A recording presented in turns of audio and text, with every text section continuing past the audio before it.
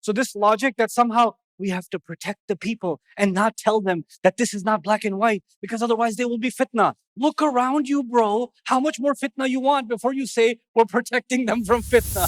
والنجم إذا هوى ما ضل صاحبكم وما غوى. Make the most of this series by downloading our free workbook for a guided contemplation of this powerful surah. أعوذ بالله من الشيطان الرجيم. الذين يجتنبون كبائر الإثم والفواحش إلا اللمم إن ربك واسع المغفرة هو أعلم بكم إذ أنشأكم من الأرض وإذ أنتم أجنة في بطون أمهاتكم فلا تزكوا أنفسكم هو أعلم بمن اتقى رب اشرح لي صدري ويسر لي أمري واحلل عقدة من لساني يفقهوا قولي فالحمد لله والصلاة والسلام على رسول الله وعلى آله وصحبه أجمعين. Once again, everybody, assalamu alaikum wa rahmatullahi ta'ala wa barakatuh. We're going to get right into the study of ayah number 32.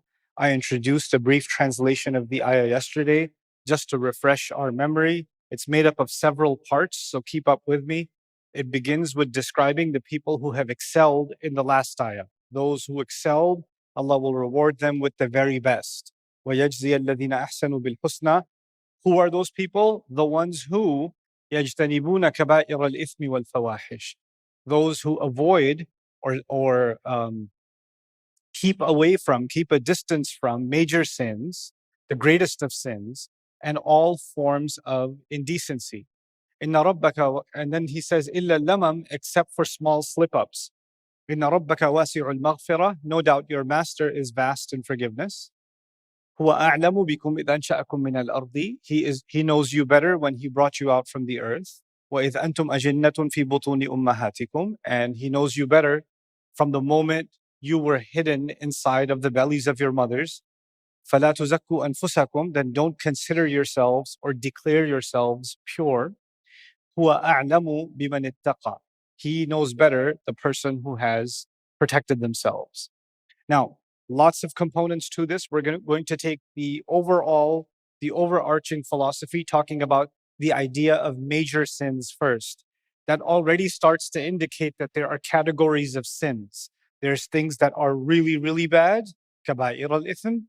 Kaba'ir comes from kabira, big. So very big kinds of sins. And then by converse, it's already assumed that there are other sins that are not as big, right? Also, you should know that in this religion, there are deeds that have very high level importance. And then there are other deeds that have less and less importance. Even in the study of fiqh, you have things that are haram and things that are makruh, for example, or things that are fard and things that are mustahab, or things that are sunnah. And mandatory stuff, optional stuff, right? Absolutely cannot do is better if you don't do it. There's a degree, right? Now, the first thing I want you to understand is the Quran makes sure that we maintain a sense of priority and a sense of proportion. The way I want you to think about it is, there are some things that you absolutely must not do, or there are some things that you absolutely must do. And then like in school, your professor tells you, listen, you cannot cheat on the exam. You cannot plagiarize your term paper. Absolutely not. And he also says, don't be late to class, right? But he's not going to expel you from the university for being late to class. You cannot put those in the same category. You understand that, right? But if and don't skip classes. But if you skipped a class or you skipped 2 classes, you're still not too bad of a place. You understand? But if you skipped every class the entire semester, but you handed in your term paper, is that still a problem? Yeah. So a small infraction, but done repeatedly, can become a big problem. It's a small infraction, but it's being done repeatedly. But the other thing is, if he says, don't come late to class, and you say, okay, fine, I won't come late to class, but you cheat on the exam. And then when he's expelling you from the university, you're like, I was never late, right? So there's something wrong with you, because you have a twisted sense of proportion. Things that are supposed to be big became small in your head, and things that were supposed to be relatively smaller became big in your head. Now, if you got caught being late to class, would you be ashamed? Yes. Would that be the end of your life? No. But if you got caught faking doctor's notes or faking you're putting your name on somebody else's paper and you got caught for that, would the guilt of that be much bigger? It would be, right? And the remorse you have, the regret you have would be much bigger. Would it be much more devastating for you? Would it be a much more difficult thing for you to get over? Yes. But being late to class and you're depressed about it for the next 5 days, I can't believe 3 minutes late. I don't even know how to. Then you, again, have a psychological disorder. You have a problem. Now, I'm giving you this example because in our religion, there's actually some things you're supposed to feel really, really bad about. Like if you did that, you're supposed to feel really bad about that. Those are the kaba'ir al-ithm. Those are the major, major sins. Then there are other things. Oh my God, I joined the jama'ah late for Fajr. Oh, I missed my sunnah prayers. Oh, I walked into the house, but with my left foot. I forgot to say Bismillah before I ate the burger. Or whatever. Something, small infractions, yes? When you start obsessing over those, then you lose sense of proportion. You're misplacing big feelings on small things, right? But I want you to understand something. Just like a car or just like a machine, the human heart and our emotions, we have limited fuel. We have limited fuel. You can only be so excited until the juice runs out. Like, for example, being on a treadmill, if you're going at a certain speed, you can only go so long before your energy reserves go low. If you're exhausting so much energy, feeling guilty about small things, then the energy you're supposed to have to feel guilty about big things is being depleted. Do you understand? So what then happens is, let me give you an example of what happens here. It creates what I'm calling here tunnel vision. So you can have someone, one of the major things Allah talks about, for example, is make sure you give your wife the mahar. Make sure you give her the mahar, right? He goes out of his way to talk about this issue. Okay. And he says, if you ask for any of it back when you're getting divorced, are you taking a serious allegation on yourself? Are you incriminating yourself by even asking for it back? The mahar you had given in case of a divorce? Okay. Now you have a person who's never even given the mahar. He's never even given the mahar. But he's losing his mind because if somebody's holding their hands the wrong way in salah, too high or too low, or somebody's scratching their face, or somebody's jeans are too low and they're going below their ankle and they're like, this guy doesn't understand the sunnah. You call that a beard? Your face is un-Islamic. And they're really particular about certain things and it's a really big deal to them. And they won't go to somebody's house. I'm not sure if they eat dhabiha or not. I don't know. They're Muslim, but are they Muslim with a capital M or lowercase? I don't know. So we can't be sure. Let's find out where they get their goat killed from first. Right? But the same person is completely okay eating the haram money that was supposed to go to his wife. No problem. No problem. You know what that is? A twisted sense of what? Proportion. These ayat, then when Allah says, the people who excel, they stay away from major sins. What does that tell you? They're vigilant. They're on guard about the right major things. And even though the smaller things are important, they're valuable, they don't get lost in them to the point and get obsessed with them to the point where the major things they're supposed to be dealing with are now getting lost. They're not even fulfilling those responsibilities.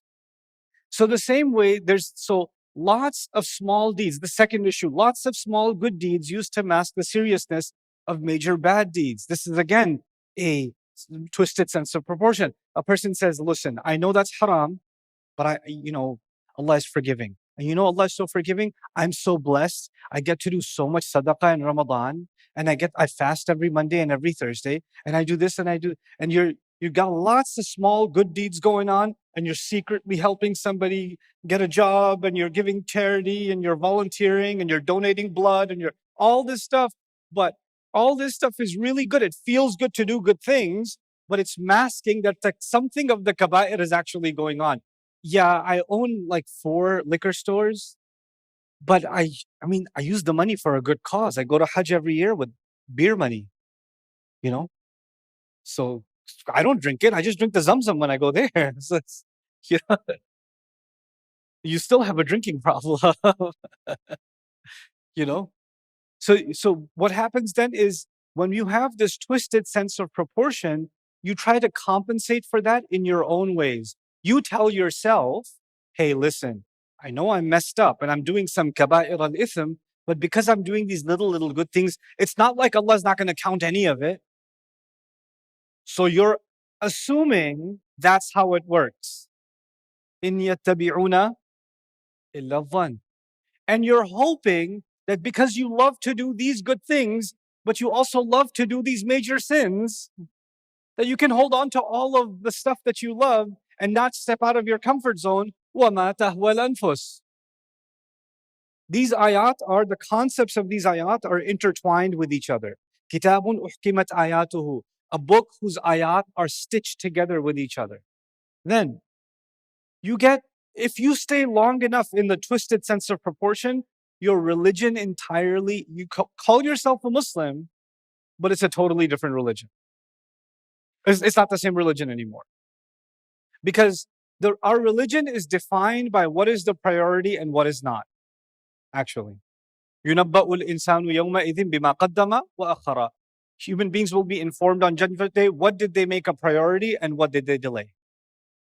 So whatever's not as priority has to get delayed. When small things become your priority, that means big things get delayed. And when big things get delayed, you get the thing that's on your mind the most starts shaping your worldview. It starts shaping your thought process. It starts shaping your opinion of things. When someone, for example, is obsessed with tajweed, tajweed is great. I love tajweed. Obsessed with tajweed. When they're praying, all they're thinking about is what? MashaAllah, that qalqala though. That mud, I was counting 1, 2, 3. It was perfect. Allahu Akbar. To them, the religion itself, even though they're not saying it, the religion itself has become what? Tajweed. And when someone says Quran, they're not thinking the hikmah of the Quran, the wisdom of the Quran, the guidance of the Quran, the reminder of the Quran, the thinking through the Quran, the instructions of the Quran. You know what they're thinking? The ghunnah of the Quran, the qalqala of the Quran. I love Quran. When they say I love Quran, they mean something else. It's a different religion now.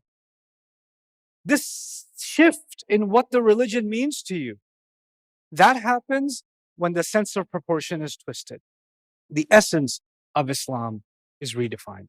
But then the scariest part, when all sins are deemed equal, when the small and big becomes equal, then I wrote here the floodgates open. Let me tell you what that means.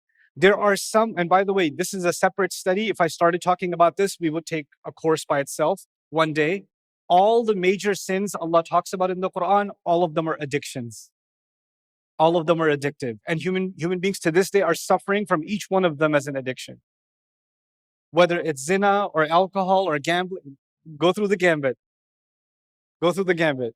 They're all addictions, you know, and they're all like perpetuated. Like even riba, it's something that compounds and compounds. Alcoholism compounds and compounds. Addictions, gambling, it keeps on getting worse and worse and worse and worse and worse. It enhances. Those are the kinds of things that Allah has deemed kaba'ir. Fine. Your problem, you cannot protect people from the truth and say if they find the truth, they'll use it the wrong way. Listen, if somebody wants to use something the wrong way, they can even use the Quran the wrong way. And people have. يُضِلُّ بِهِ كَثِيرًا وَيَهْدِي بِهِ كَثِيرًا. They've used it. The Quraysh even used Surah Najm the wrong way and said, oh, Lat, Manat, and Uzza are legit. So this logic that somehow we have to protect the people and not tell them that this is not black and white because otherwise they will be fitna. Look around you, bro. How much more fitna you want before you say we're protecting them from fitna? What planet are you living on? Hey guys, you just watched a small clip of me explaining the Quran in depth as part of the Deeper Look series. Studying the Quran in depth can seem like a really intimidating thing that's only meant for scholars. Our job at Bayyinah is to make deeper study of the Quran accessible and easy for all of you. So take us up on that challenge. Join us for this study, the Deeper Look of the Quran, for this surah and many other surahs on BayyinahTV.com under the Deeper Look section.